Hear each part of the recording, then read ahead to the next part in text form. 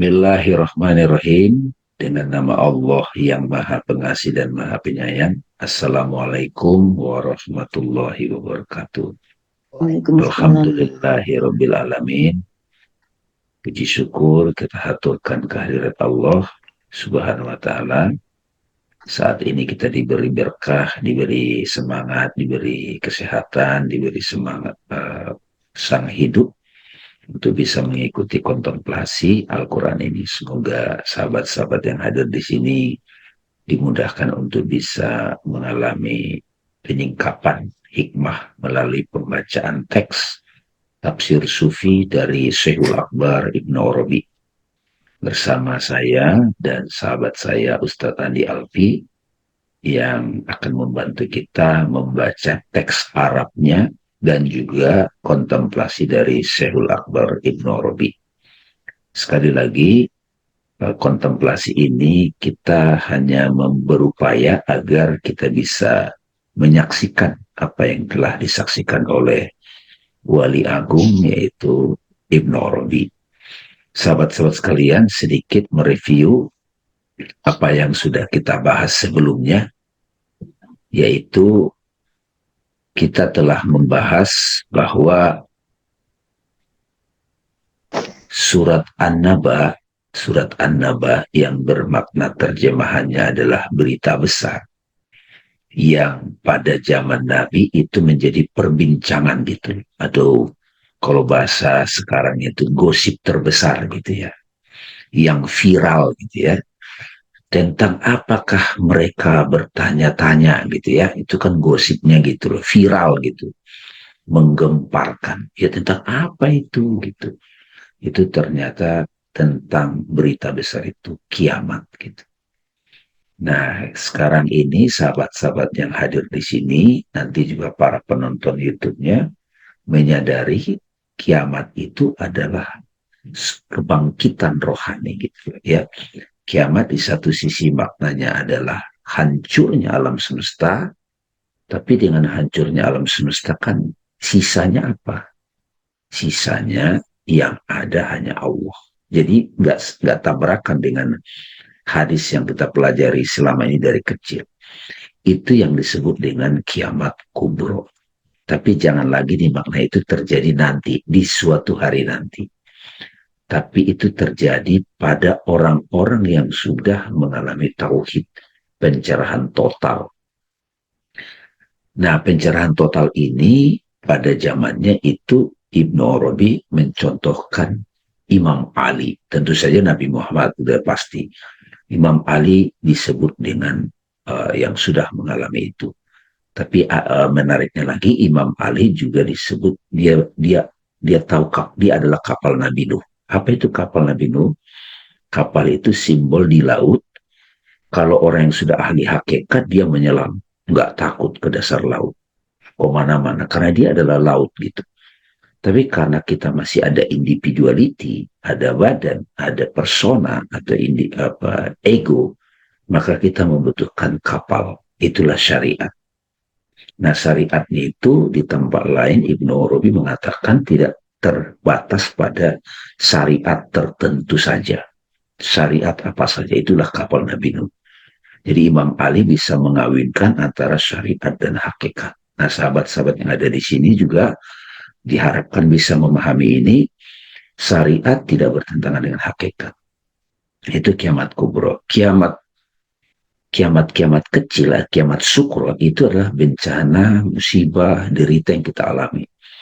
Nah, sekali lagi, salah satu isyarat hikmah besar yang kita dapat saat ini adalah apapun bencana, derita yang kita alami, jangan dilihat sisi koin yang hancurnya, tapi sisi kebangkitannya. Bagaimana kehancuran itu, kita lihat hikmahnya apa. Apa kesadaran yang terbuka dengan saya mengalami ini. Ya, tumpukan-tumpukan, menumpuk banyak pengalaman derita kita. Kita bangkit, berkali-kali jatuh bangkit, kira-kira begitu. Maka pada titik tertentu, kita akan siap mengalami kiamat wusto atau kematian jasmani ini, ya lebih baik gitu. Nah, kiamat wusta itu kematian yang pasti kita alami semua itu terbagi dua nanti hasilnya. Ada yang bahagia, yang suka disebut surga, ada yang mengalami neraka, derita atau jahanam. Nah, mereka yang tidak sadar di kehidupan ini, tidak digunakan kehidupan ini untuk kebangkitan kiamat kubro, maka dia pasti lahir kembali. Bahkan selama di fisik ini pun dia menampil sebagai tabiat babi, form monyet, dan seterusnya. Sudah kita kupas. Karena itu sahabat-sahabat, perlu kita gunakan hidup yang sekarang ini untuk kebangkitan kubro itu. Kalaupun nanti kita tidak dapat misalnya, ya setidaknya kiamat wusta kita ready, yang suka disebut husnul khotimah. Tapi jangan lagi basa-basi, spekulasi, ya semoga ya husnul. Bukan, gak begitu lagi. Benar-benar mengerti gitu. Oke, baik. Sahabat-sahabat sekalian, saya persilakan Ustadz Andi Alpi untuk membacakan kembali penyingkapan yang akan disuguhkan Syekhul Akbar Maurawi. Silakan Ustadz. Cek. Terima kasih banyak Bang Dame dan yang hadir pada pagi kali ini. Assalamualaikum warahmatullahi wabarakatuh. Alhamdulillah, pagi kali ini kita lanjutkan lagi tafsir dari Ibnu Arabi dari surah An-Naba. Berapa waktu lalu saya menerjemahkan tafsir ini, saya juga deg-degan karena ternyata ayatnya sangat meaningful dan sangat dalam, apalagi berkenaan tentang rohani. Jadi sambil membaca, sambil merenungkan, dan saya menerjemahkan teksnya, itu perasaan saya sangat deg-degan sebenarnya. Maka dari itu sangat powerful teks ini. Insya Allah kita baca bersama.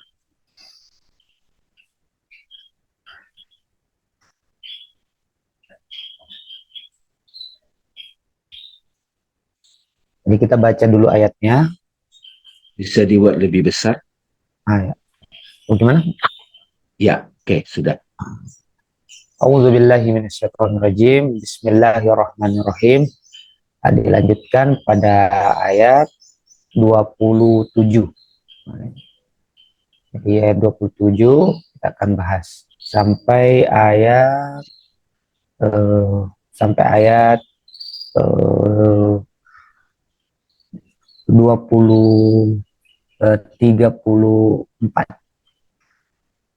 A'udzubillahi minasyaitonirrajim. Bismillahirrahmanirrahim. Innahum kanu la yarjuna hisaba. Sesungguhnya orang-orang yang di jahanam itu mereka tidak menghendaki yang namanya hisab, ataupun di sini dikatakan azab. Wa kazzabu bi ayatina kizaba. Mereka itu mengingkari ayat-ayat atau tanda-tanda kami. Wa kulla syai'in ahsainahu kitaba.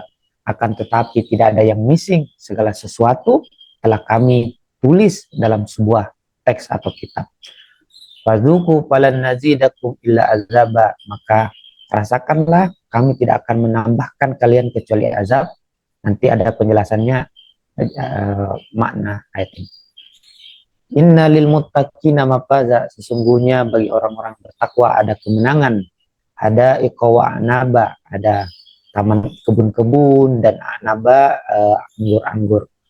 Waqawa iba atroba, dan ada gadis-gadis sebaya yang gadis-gadis yang sebaya.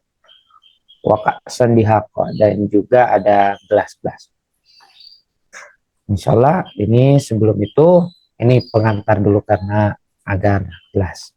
Ini berkenaan tentang surga, karena ayat ini bercerita tentang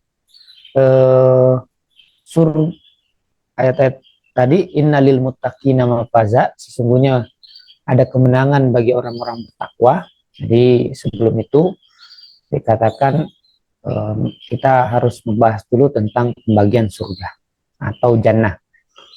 Jadi tidak semua orang bertakwa itu mendapatkan desal, atau enggak semua orang yang bertakwa sampai. Jadi kalau kita masih ingat dulu Bang Dewe dan yang pernah hadir dalam ketua Al-Quran sebelumnya, sebelum Ramadan, di sana sudah kita bagi tentang golongan-golongan orang bertakwa ada banyak.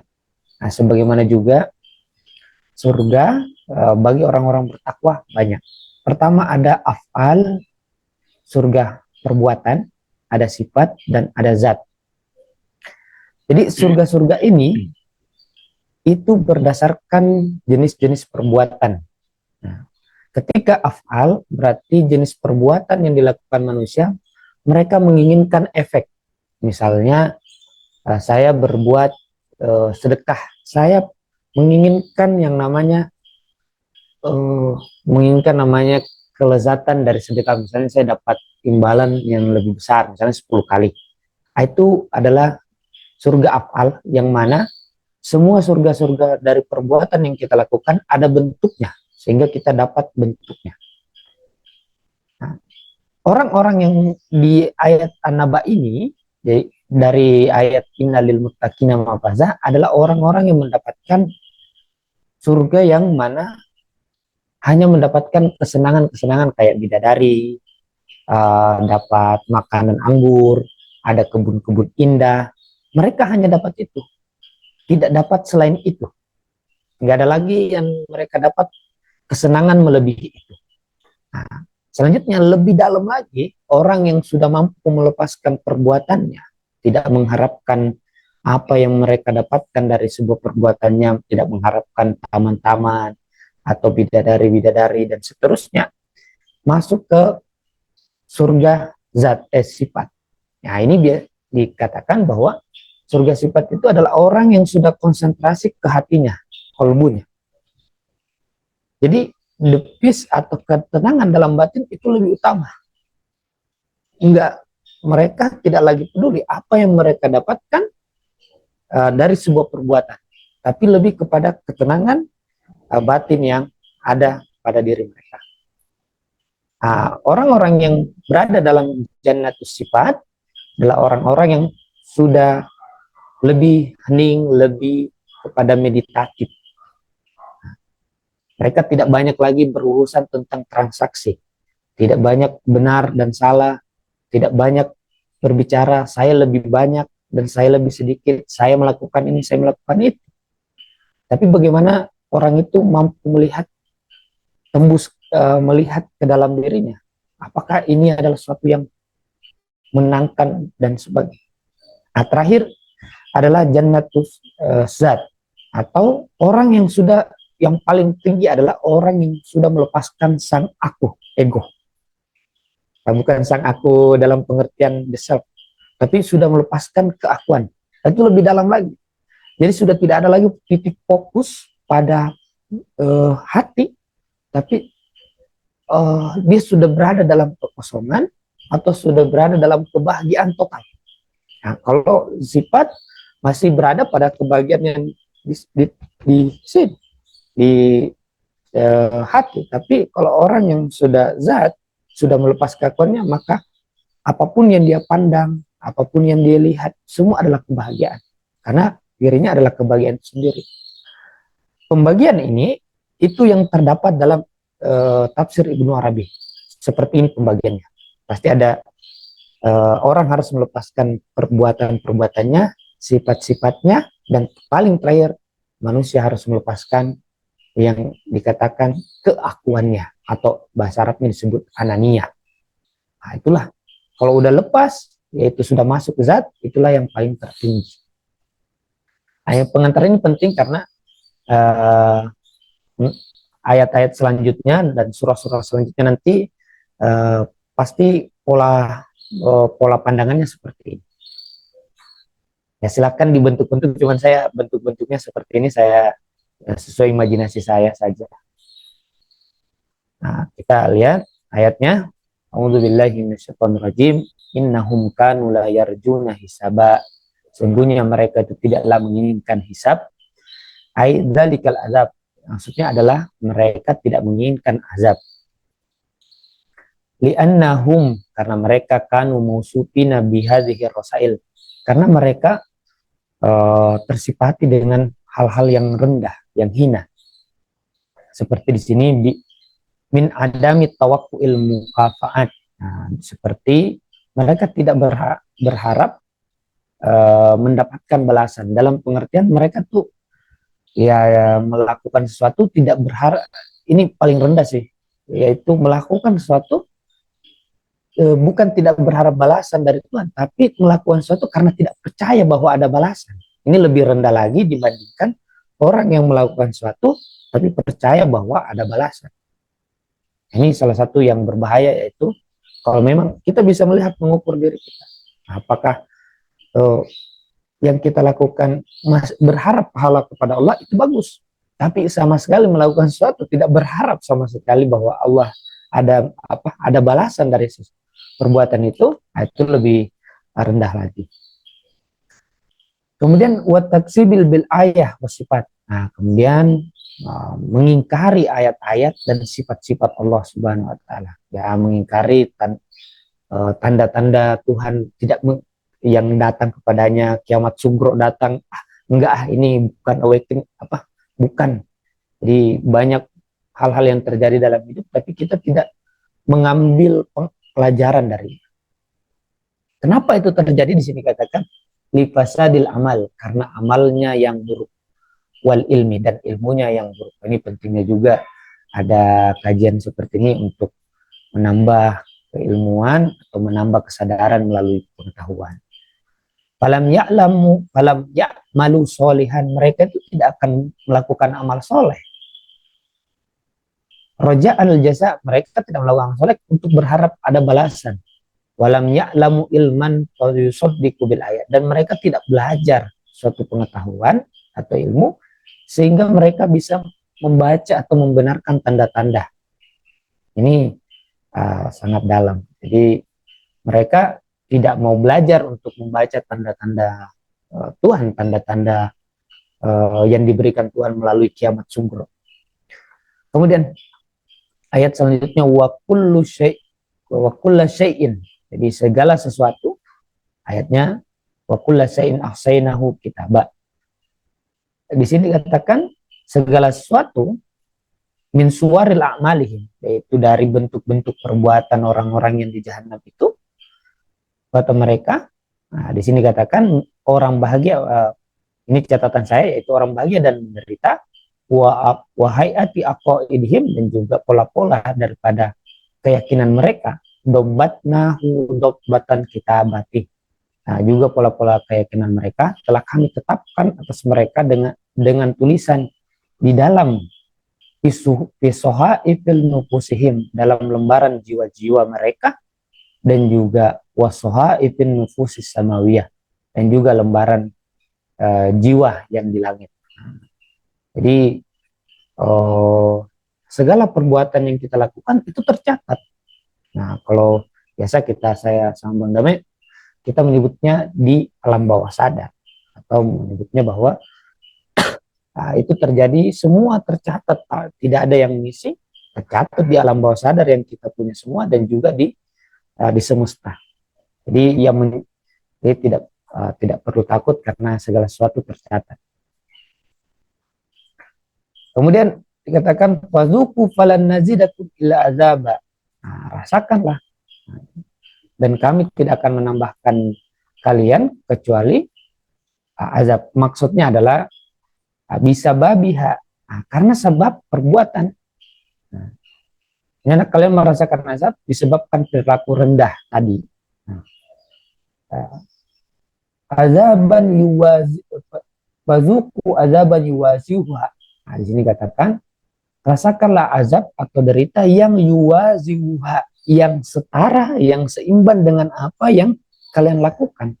Jadi bukan artinya fazuku falan nazidakum illa azaba, rasakanlah kami tidak akan menambahkan kalian kecuali azab, artinya menambah terus azab, enggak. Tapi yang dimaksud adalah kami akan menambahkan sesuai dengan apa yang kau perbuat.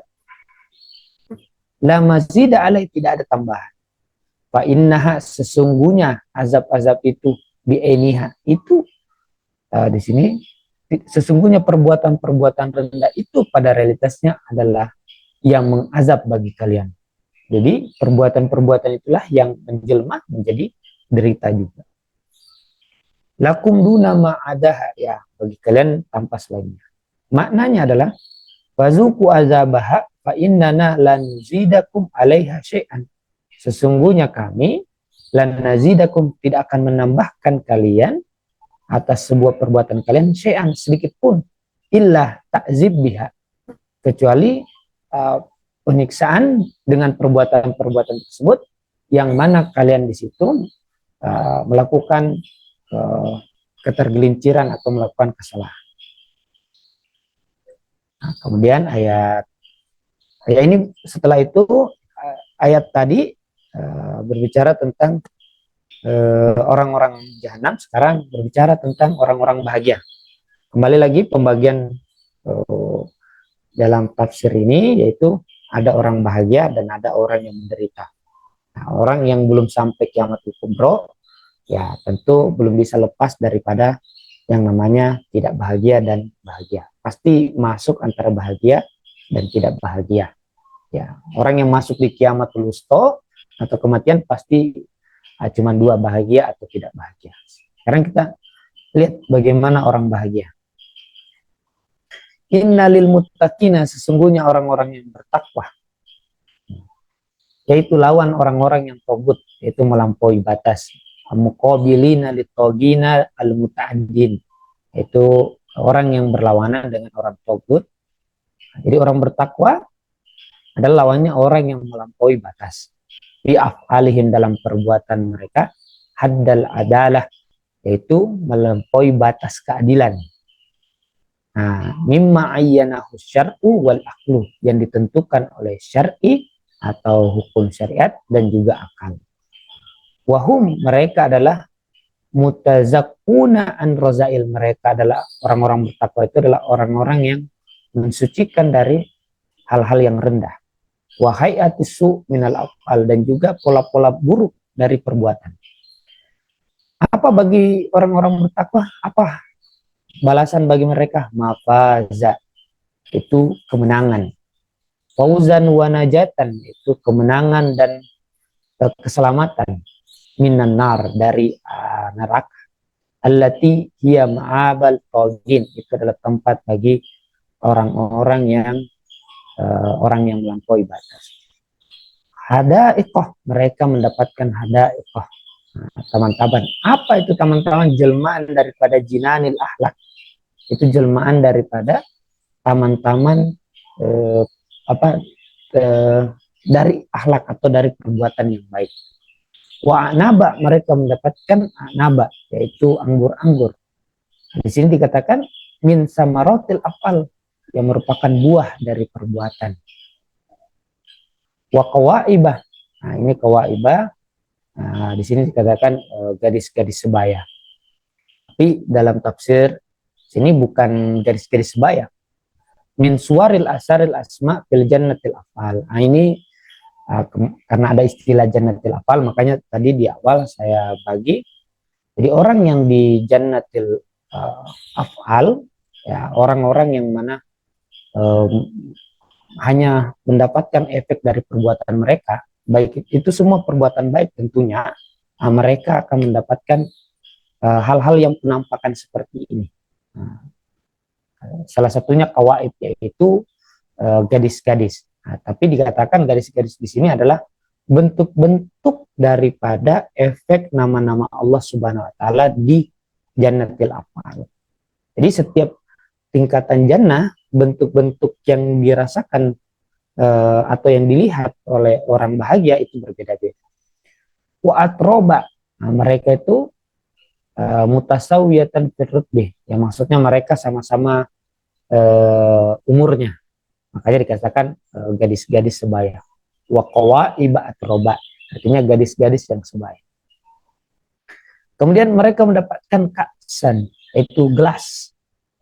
Min lazzatil mahabbatil asar, ya mereka dapat juga gelas-gelas itu dari berupa kelezatan dari mencintai efek dari perbuatan. Jadi kita melakukan sesuatu, ya kita dapat kelezatan dari yang kita perbuat itu. Tapi di sini katakan muta'arriatun mumzajatun bizanjabil. Nah, mereka mendapatkan gelas dari berupa jahe, air jahe, wal kafur, dan juga air kapur. Nah, tentu di sini Maksudnya air kapur itu air yang sangat putih. Li'anna ahlal jannatil asar wal afal. Nah ini dia kuncinya. Karena penduduk atau penghuni daripada jannatul asar wal afal, yaitu penghuni surga asar, orang-orang yang asar artinya efek. Jadi orang-orang yang mengharapkan efek terhadap sebuah perbuatan, itu bukan berarti itu salah, mengharapkan sebuah efek dari perbuatan tetap dapat. Nah, wal afal dari sebuah perbuatan, la lamat ma'ah lahum, mereka itu tidak punya kehendak ilama waro'ah, tidak punya kehendak, tidak punya keinginan mencari sesuatu yang lebih dibalik apa yang mereka lihat atau efek dari perbuatan mereka. Fahum mahjubuna, mereka itu terhijabi bil asar, dengan efek-efek perbuatan mereka.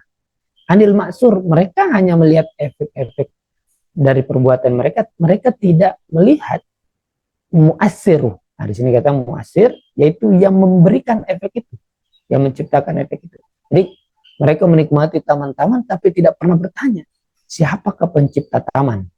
Nah, seharusnya orang yang akan bertanya itu nanti di Jannatus Sifat. Insya Allah nanti mungkin pada ayat-ayat surah selanjutnya, insya Allah ada.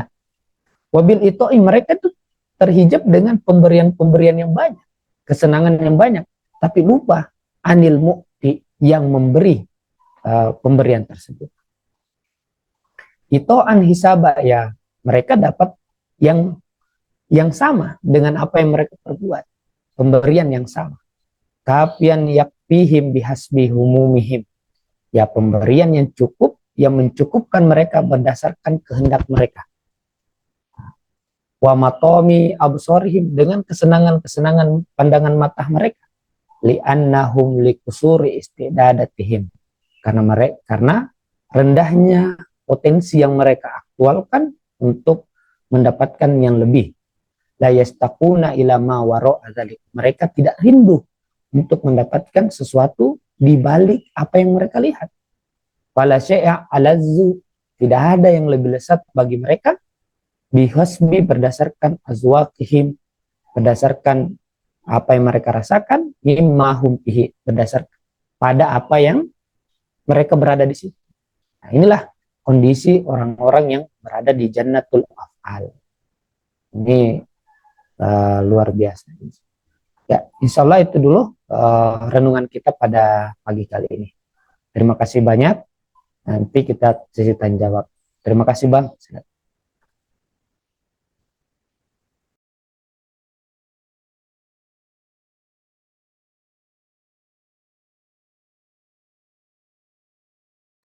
Ya, silakan Bang Damai.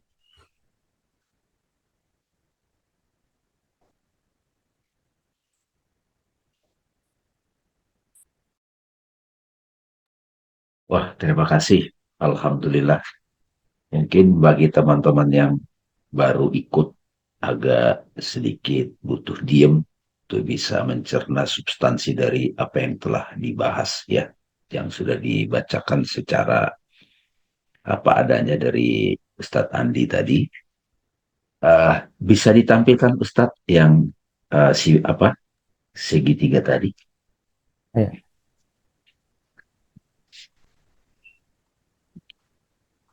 Ya.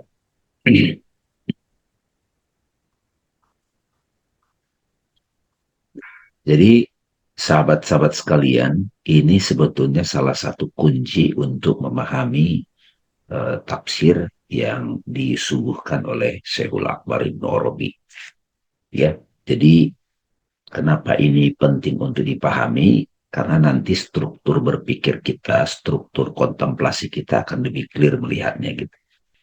Selama ini kan bagi mereka yang sudah belajar tasawuf kan sudah terbiasa dengan mengenal Allah, ma'rifatullah itu ada pada level af'al. Af'al itu perbuatan. Jadi seluruh alam semesta ini sebetulnya af'alnya Allah, perbuatan Allah. Kalau kata Jalaluddin Rumi, kenapa kamu menikmati tarian, tapi kamu tidak menyadari sang penari gitu. Ya kan kita sukakan menikmati tarian, tapi kita tidak menyadari penarinya gitu. Nah, penarinya itu kan sebetulnya subjek gitu. Bisakah ada tarian tanpa ada sang penari?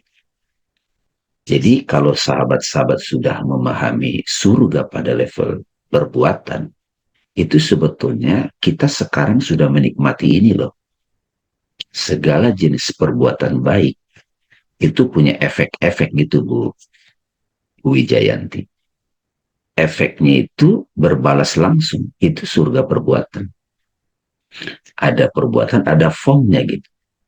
Makanya tadi kan disebut di situ surganya itu ada kebun-kebun dan buah anggur, ada gadis-gadis remaja yang sebaya gitu ya. Nah, tapi karena kita terfokus pada bentuk-bentuk surga itu, keindahan pada perbuatan itu, atau misalnya seorang kekasih memberikan yang dia cinta berlian gitu loh Bu Wijayanti, atau sekarang mungkin tas Hermes kali ya, tas Hermes atau rekening bank. Jadi dia terjebak pada tas Hermes gitu, dipeluk-peluk itu. Padahal kalau mereka yang sudah bisa menembus apa yang tanpa itu, dia bisa menyaksikan cinta. Nah, itulah sifat-sifat kasih sayang. Sifat kasih sayang itu menampil dalam bentuk satu nama gitu. Sifat kasih sayang itu menampil jadi Rahman Rahim. Nah, kalau kita sudah fokus pada substansi atau Rahman Rahim sifat itu, kita tidak terkecuali lagi pada sosoknya gitu. Ya kan kadang kan kalau lagi pacaran, ya harus dari dia baru saya senang gitu. Padahal sebetulnya kan, ya bentuk lain gak apa-apa juga gitu loh. Saya pribadi suka menceritakan ketika saya merindukan ayah saya yang sudah almarhum. Nah, tahap awal kan pengalaman nikmat saya bersama ayah saya adalah ayah saya melindungi saya secara fisik masa kecil. Tapi ketika ayah saya sudah meninggal, saya kontemplasi, udah dapat tuh Ustadz Andi, bahwa yang saya rasakan dari ayah saya itu adalah perlindungan gitu. Jadi yang melindungi gitu. Itu gunanya kontemplasi seperti ini. Nah, setelah jasmani ayah saya meninggal, expire, mengalami kematian, pasti mengalami kematian, saya merasakan mengenali lagi sifat perlindung itu yang tanpa pamrih dari guru-guru saya. Bukankah demikian saya bisa sekarang melihat nikmatnya dapat perlindungan gitu. Nah sesungguhnya guru saya meninggal juga gitu. Lalu kemudian mulai saya bisa ditutup Ustaz. Saya mulai mendapatkan perlindungan itu secara maknawi gitu. Konstitusi atau quote-quote yang melindungi saya.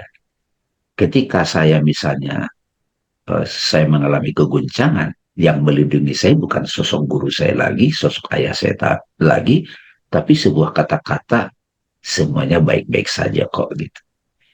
Ya kan? Atau kalimat bersama kesulitan itu ada kemudahan. Inna ma'al usri yusra fa inna ma'al usri yusra.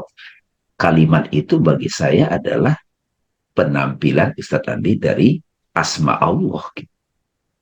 Nah gitu, jadi saya tidak lagi tergantung pada sosok fisik guru, tapi sudah bentuknya sosok atau kehadiran makna imajinal, makna batin. Itu yang disebut sudah mulai masuk pada surga sifat. Gitu. Dan itu abadi. Misalnya kayak orang sekarang mengenal Dame, lihat fotonya di IG.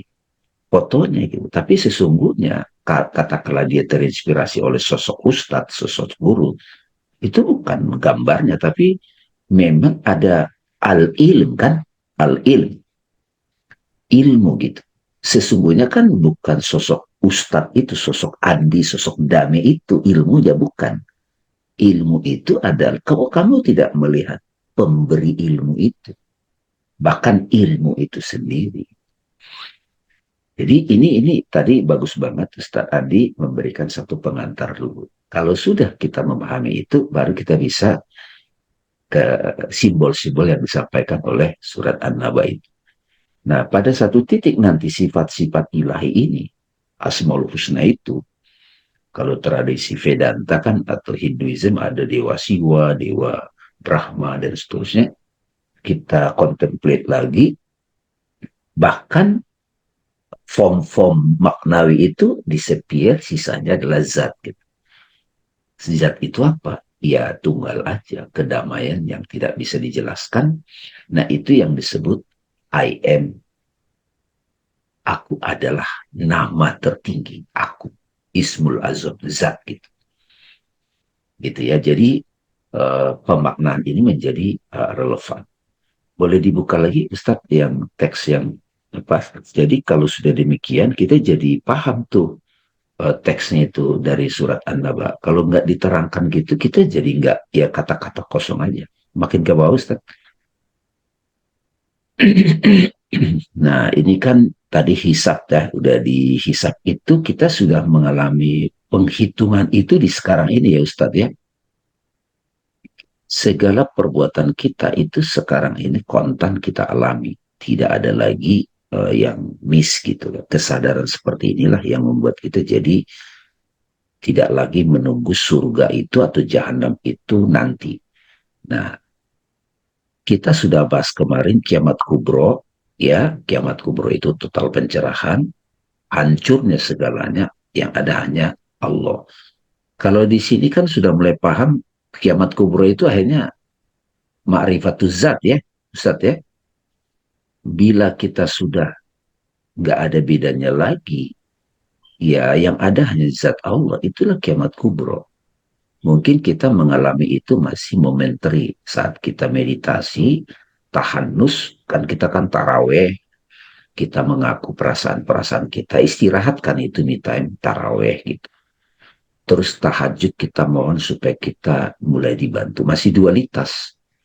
Lalu begitu kita iktikaf, iktikaf itu sudah stay in in name, in the name, stay in the name gitu. Itu stay in the name. Jadi selama ini kita ngomong iktikaf di masjid ya fisik, tapi iktikaf di masjid yang itu 10 terakhir kalau kita kaitkan dengan praktek puasa Ramadan, stay in the name itu kalau saya suka bahasa standing as awareness gitu.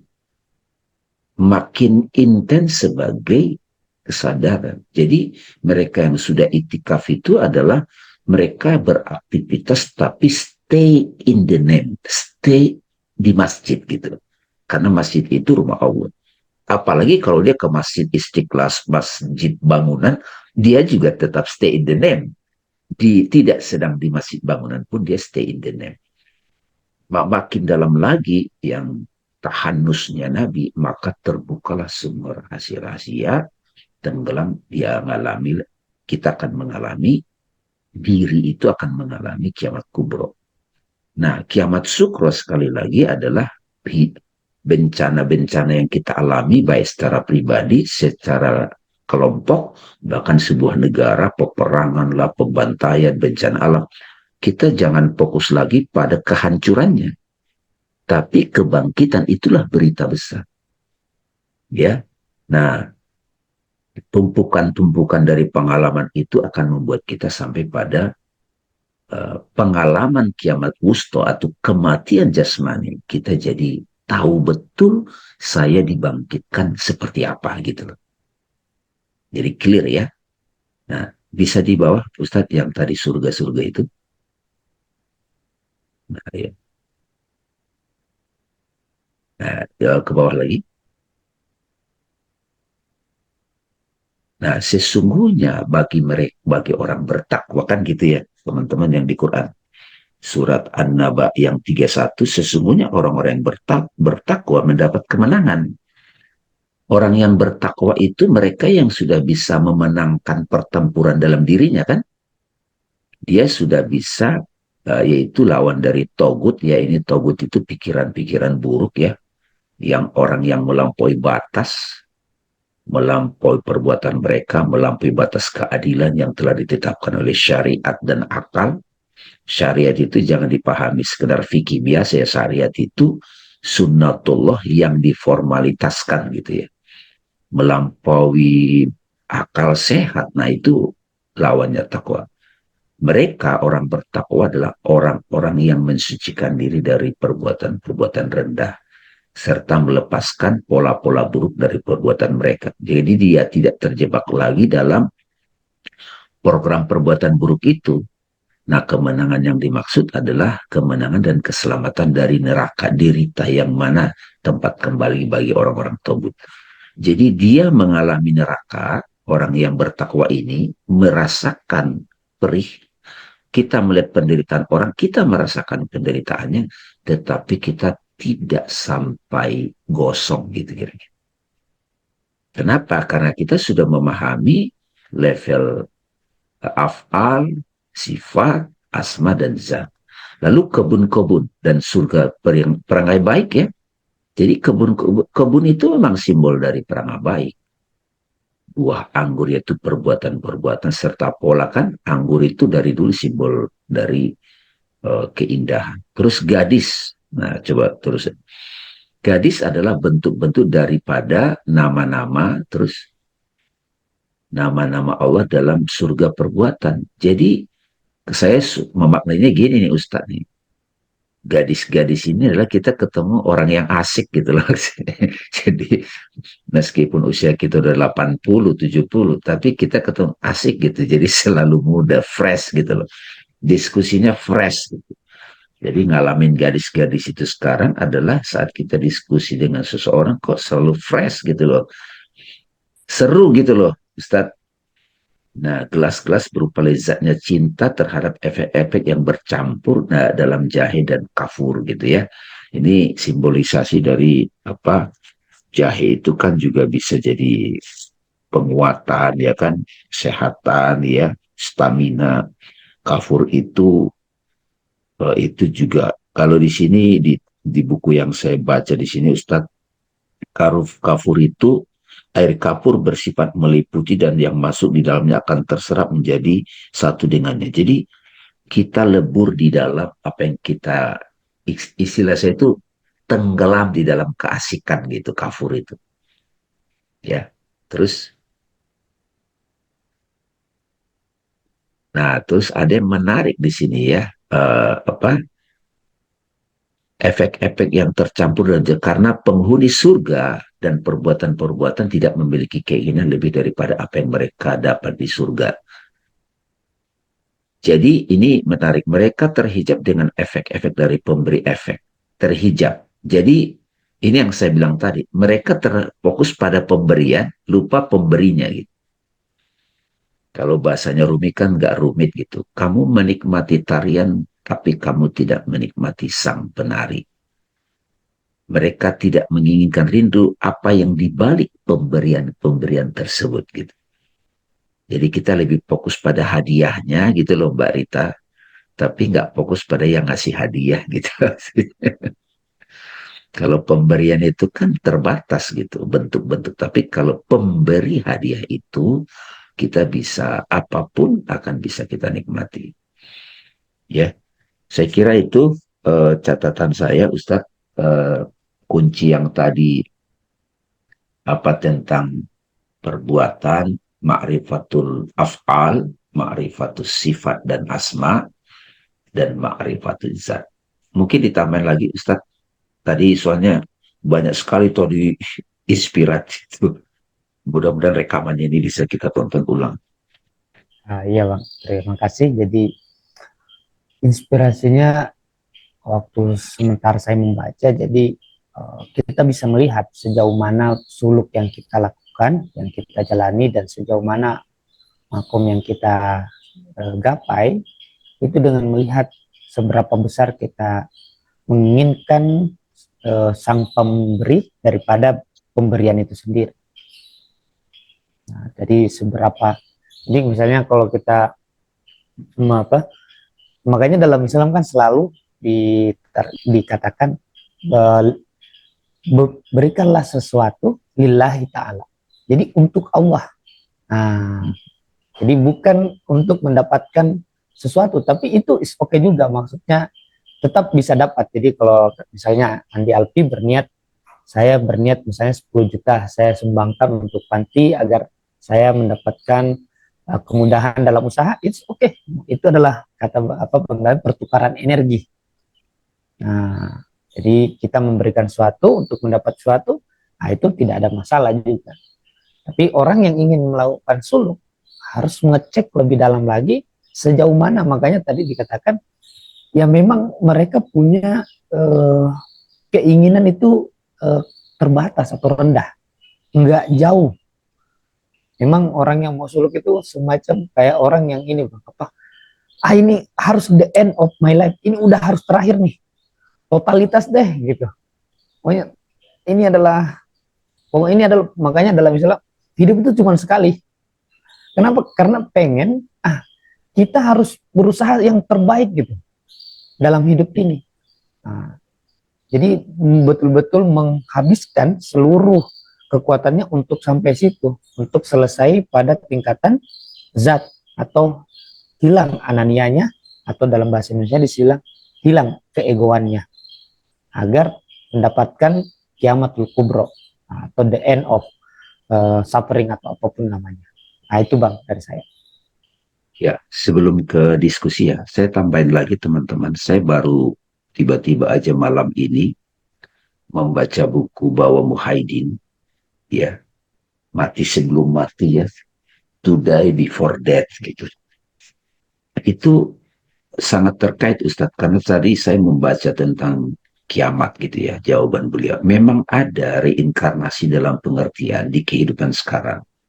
Kita kan melihat kebangkitan, ya sifat marah saya nongol lagi, sifat cemburu saya nongol lagi, sifat khawatir saya hidup lagi gitu. Nah kalau tidak mengalami penyingkapan kiamat kubro itu akan terus bangkit, lahir lagi, lahir lagi, lahir lagi. Dia sampai bilang 105 juta kelahiran gitu Bu. Nah, bagi mereka yang belum ma'rifatuz zat atau kiamat kubro, pada saat kematian fisik datang, sudah pasti mengalami kelahiran kembali. Karena itu sistem semesta. Karena itu sebagaimana yang disampaikan Ustadz Andi tadi, bagi kita yang terlahir sebagai manusia, fokus kita satu, tauhid gitu. Nah di pertemuan sebelumnya kan kita sudah bahas 4 tujuan hidup versi Vedanta itu. Kesenangan, keberhasilan dunia. Keberhasilan dunia ada 3, harta, kekayaan, kemasyhuran, dan kekuasaan. Nah ini terikat hukum karma, akan mengalami siklus kelahiran dan kematian. Nggak selesai-selesai, tapi begitu ke dharma, dia sudah mulai bersiap untuk moksa kiamat kubro gitu. Jadi tadi dikatakan kalau orang berbuat karena Allah lillahi ta'ala kan gitu, untuk Allah di dalam Allah, itu kan tidak lagi fokus pada apa perbuatannya gitu. Meskipun kita bisa menikmati efek-efek dari perbuatan itu, efek dari pemberian itu, dapat hadiah, dapat ini.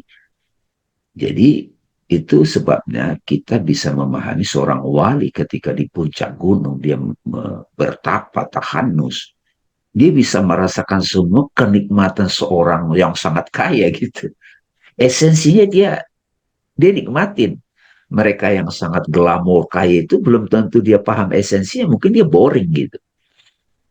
Dan derita-derita juga bisa dia rasakan dalam ruang batinnya gitu. Nah ini sebagai manusia kita dapat kesempatan secara sungguh-sungguh untuk fokus ke situ. Nanti jadi apa di end-nya, di dalam timeline ruang dan waktu ini kita lihat saja gitu. Tapi desas-desus tentang yang viral, annaba gitu kan, berita besar gitu ya. Ini ada yang viral nih gitu kira-kira. Tentang apa ya yang viral ini gitu ya. Gitu kira-kira ya. Jadi silakan teman-teman, barangkali ada, ini tidak harus semuanya dapat ya, dapat inspirasinya ya. Dan dari awal tadi pas kita tank mulai sudah langsung gaspol tadi itu hikmahnya saya lihat. Silakan teman-teman kalau ada yang mau berbagi atau bertanya. Iya Bang Dana, boleh sedikit. Iya. Kalau misalnya sering dikumandangkan bahwa sorga itu kan lapis-lapis yang ketujuh gitu ya. Nah, itu sebenarnya sejalan dengan perbuatan kita, kemudian perjalanan spiritual kita sebenarnya ya, bahwa pada ujungnya adalah kita mengenal di misalnya ibaratnya kita melihat kebun, kita datang kepada kebun, keindahan kebun, bunga-bunga, kupu-kupu, burung, tapi kita diingatkan bahwa di balik itu Tuhanlah yang harus selalu kita ingat gitu ya. Seperti itu ya Bang Dame ya. Mungkin itu ya perjalanan spiritual kita itu terus-menerus menuju kepada tauhid tadi, bahwa yang kita ingat ya hanya Allah saja gitu. Gitu ya Bang. Gitu ya Bang. Ya, ya, setidaknya kan gini Bu Yanti ya. Kita misalnya ke taman. Siapa yang tidak menikmati bunga-bunga indah kan? Tapi ada orang lain datang ke taman. Tapi batinnya kusut. Dia lagi putus pacar. Dia lagi sakit misalnya. Uh, Realitas fisik yang ada sebagai taman itu. Dia tidak bisa saksikan. Gitu ya. Ya, Lalu kita yang bisa menikmati taman. Kan tidak selalu kita ada di taman. Kita bisa di pasar yang berisik. Nah, tamannya di mana? Tamannya imajinal, ya nggak? ya, Nah, ini kan butuh perjalanan kesadaran nih, teman-teman. Jadi saya kadang suka tester tuh di tempat yang sumpek, bisa nggak saya tetap menyaksikan taman? Nah, itu kan kalau sudah mulai mahir dengan penyaksian asma Allah, surga asma, surga sifat, dia tetap bisa membawa itu. Apalagi yang tadi saya terangkan sudah iktikaf di masjid dalam arti hakikat gitu ya, iktikaf di masjid. Jadi taman bunga itu kupu-kupu, di situ ada jangkrik juga, itu bisa kita lihat satu kesatuan. Ketika kita sudah ada jangkriknya, ada mungkin tikus di situ, bila kita sudah bisa mampu melihat itu satu kesatuan, orkestra yang beauty juga, itu kan sudah mulai cicipan terhadap zat itu, Bu. Ya enggak? Tapi bahwa fase perjalanan kita menikmati apa yang tampil secara jasmani, fisik, sekarang kan juga ada surga digital ini ceritanya. Wajah Bu Wijayanti misalnya usia berapa bisa dibuat jadi gadis itu, Bu. Itu, ya kan? Nah, tapi secara meditatif kita juga bisa buat begitu kan? Itu maksudnya teman-teman. Kenapa penting tadi secara sederhana afal, segala perbuatan yang menampil, physically. Itu juga ragamnya banyak, afal itu juga derajatnya banyak. Terus sifat gitu. Sifat itu juga jadi asma, baru zat gitu. Nah, ini juga suka diurai 7 lapis. Ya, 7 lapis. Jadi 7 lapis realitas, 7 lapis derajat kita menyaksikan realitas itu. Nah, saya sering bilang, Ustadz Andi, sebetulnya ketika direct path self-inquiry, itu sebetulnya kita fokus ke zat loh. Iya enggak?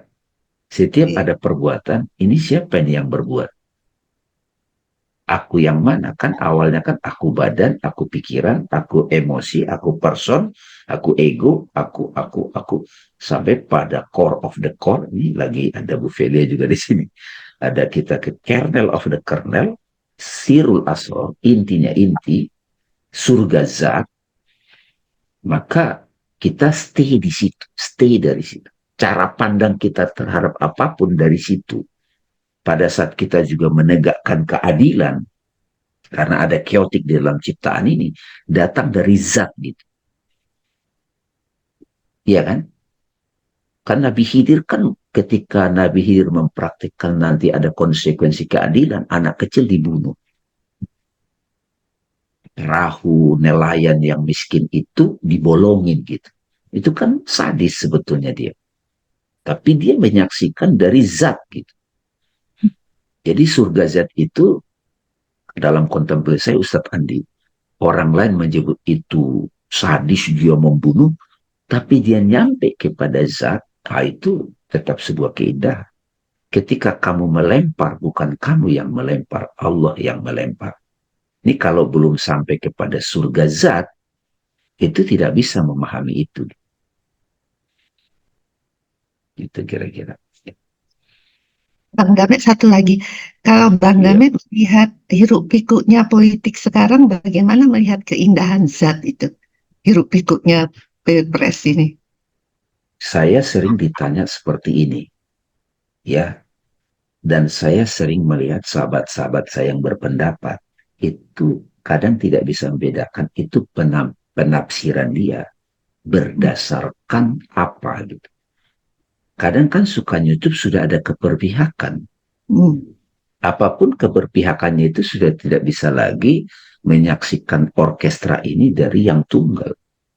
Hmm. Selama kita belum bisa keluar dari penafsiran dari itu, maka akan selalu ada dualitas meninges. Gitu. Jadi sekali lagi karunia Allah apabila kita bisa melihat keindahan dalam orkestra yang menurut orang lain chaotic.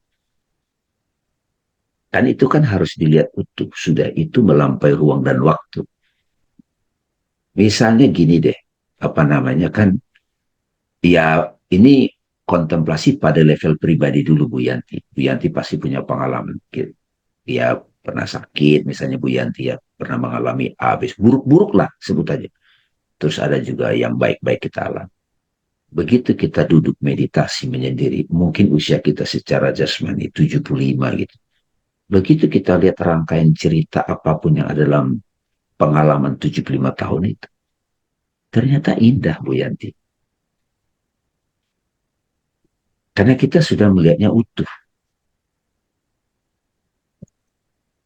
Jadi saya pribadi sekarang kalau melihat apapun, yaitu tadi gunanya lapisan-lapisan itu.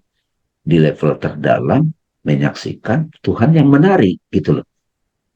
Bayangkan kalau sekarang misalnya kita tanya Rumi kan, tanya Ibnu Arabi, wahai Maulana Jauddin Rumi, gimana melihat politik ini gitu kan. Oh, kamu tidak menyaksikan sang penari katanya gitu. Kalau Ibnu Arabi akan keluar, ketika kamu melempar, bukan kamu yang melempar. Ketika kamu membunuh, bukan kamu yang membunuh, Allah yang membunuh. Nah, lo gitu. Jadi itu tidak bisa jumping, itu penyaksian dari yang sudah kiamat kubro gitu. Misalnya kalau dalam konteks Vedanta nanya Ramana Maharishi gitu. Atau saya punya banyak bukunya satsangnya Robert Adam. Itu kan nanya, gimana perang di Timur Tengah ini? All is well, katanya. Itu susah. Ada niat juga nanti satu saat bahas teksnya Robert Adams. Robert Adam itu muridnya Sri Ramana Maharishi, tapi tinggal di California gitu. Jadi mereka sudah bisa bertemu secara imajinal. Robert Adam namanya. Klik aja di internet, Bu Yanti, kalau iseng-iseng. Robert Adam, spiritual teacher. Ah, itu udah kiamat kubro itu. Terima kasih Bang Nah, Damet jadi penjelasannya. Rupert Spira juga sampai semasa hidupnya, wah saya mau ketemu sama Robert Adam katanya. Gitu. Jadi, dan kalau perjalanan kita belum bisa melihat ketunggalannya, ya jangan justru apatis juga aja, putus asa juga. Karena kita perlu lebih dalam lagi. Belum lagi kalau Ibnu Rubi bilang, kan semuanya ini mimpi. Ah, tuh, itu lagi kan repot. Hadis Nabi.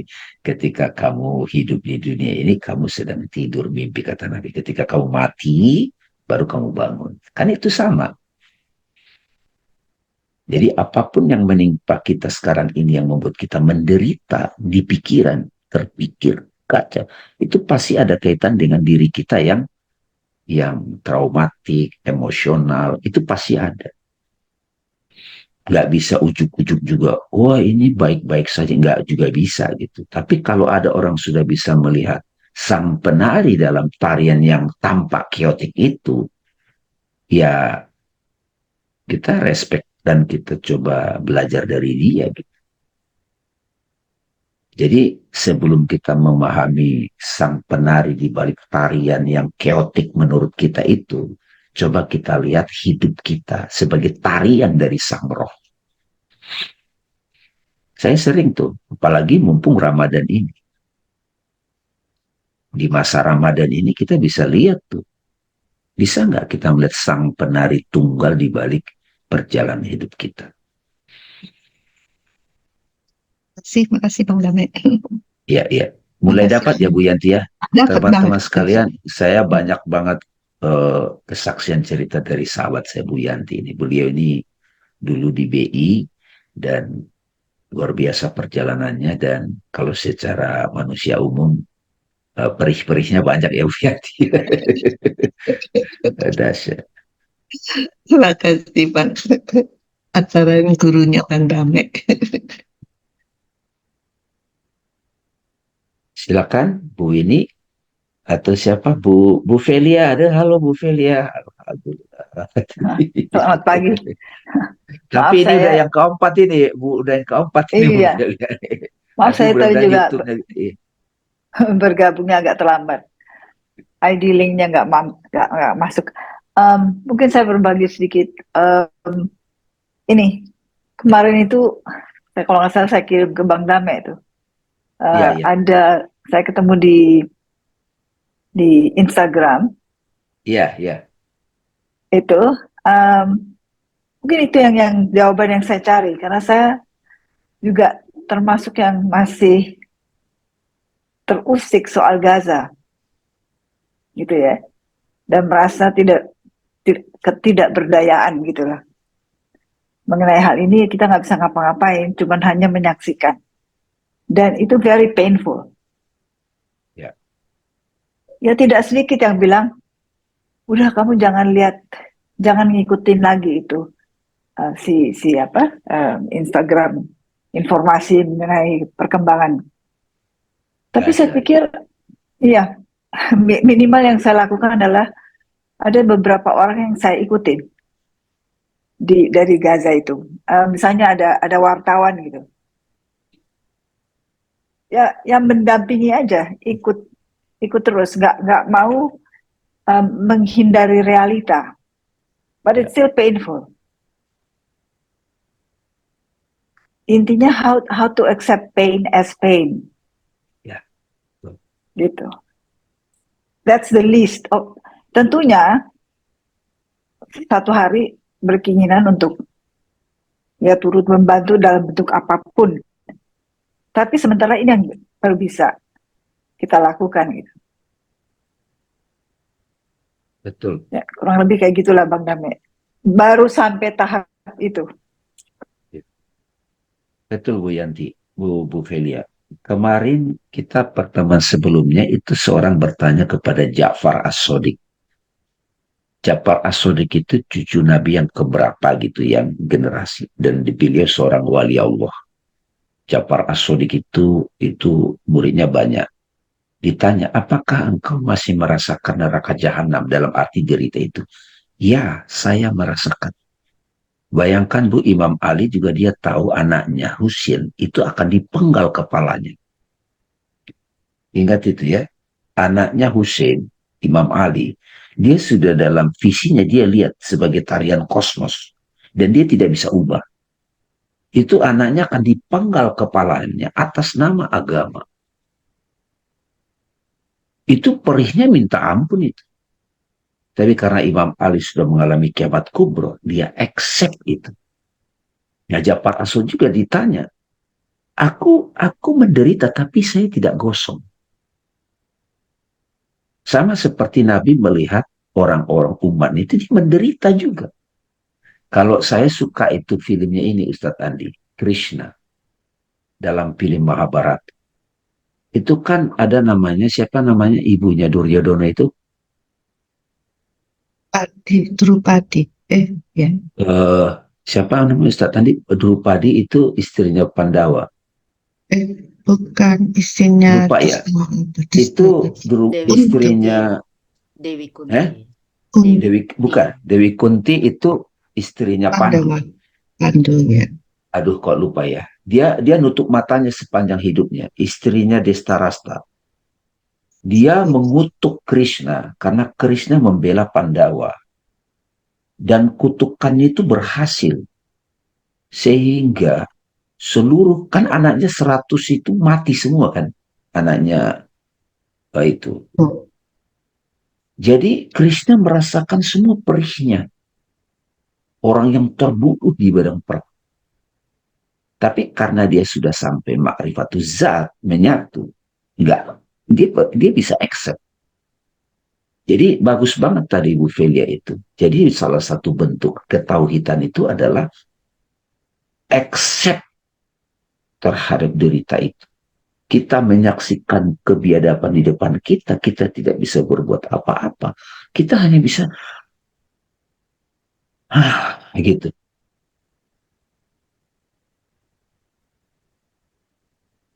Ya, itu nah, jadi, nah di sini kan, wow itu sesuai perjalanan kita. Jadi ketauhidan itu tidak seperti, ya ya ini kan si pikiran kan masih suka memilah-milah. Nah, selalu saya juga kasih analogi juga ini, teman-teman. Ketika sutradara bikin cerita, itu ada jagoan, ada antagonis membantai gitu kan. Tapi aktingnya bagus banget gitu. Tapi kan ini, analogi ini tidak, kalau saat kita mengalami itu, wah luar biasa gitu. Jadi begitu diputar filmnya, ditonton kesadisan dari antagonis itu, membunuh, mencabik-cabik, aktingnya bagus gitu. Sutradara itu tepuk tangan tersebut. Gitu. Tapi kan satu rangkaian cerita utuh nggak bisa sepotong. Gitu. Belum lagi ada hukum keseimbangan. Saya suka kasih tahu juga, di mana ada kebiadaban, pasti ada satu pembantainya. Gitu. Jadi kira-kira gitu. Kasih Bu Velia Serina. Wah, nggak terasa udah 6.30 nih ya. Besok ada Ustadz, insya Allah. Ya, insya Allah. Ya, kasih trailer Besok sedikit terakhir boleh? surah An-Naba. Jadi besok insya Allah masih cerita tentang orang-orang yang berada di Jannatul Afal. Nah, kondisinya seperti apa? Masih seperti itu. Jadi terakhir, jadi agak panjang orang yang dibahas tentang Jannatul Afal sampai ayat 40 ayat terakhir. Insya Allah besok seperti itu, dan insya Allah terakhir besok kita penutupan surah An-Naba selesai, Bang. Dan mungkin hari selanjutnya kita ganti surah yang lain. Ya, Bang. Oke. Makasih teman-teman. Boleh masih ada? Siap, biar nggak ganjal. Cukup dulu. Oke, cukup dulu ya, supaya jangan ini. Kita niatnya itu kan ngantuk-ngantuk. Tapi gini, terakhir dari saya. Bila kita sudah dikarunia untuk mengalami ma'rifatul zat, apa yang diceritakan tadi Bu Velia dan seterusnya, itu memang akan ada kekuatan tak terbatas dalam diri kita untuk menampung itu. Ya, jadi mudah-mudahan perspektif ini, pemahaman ini, satu saat atau pada waktunya akan dibukakan pada kita.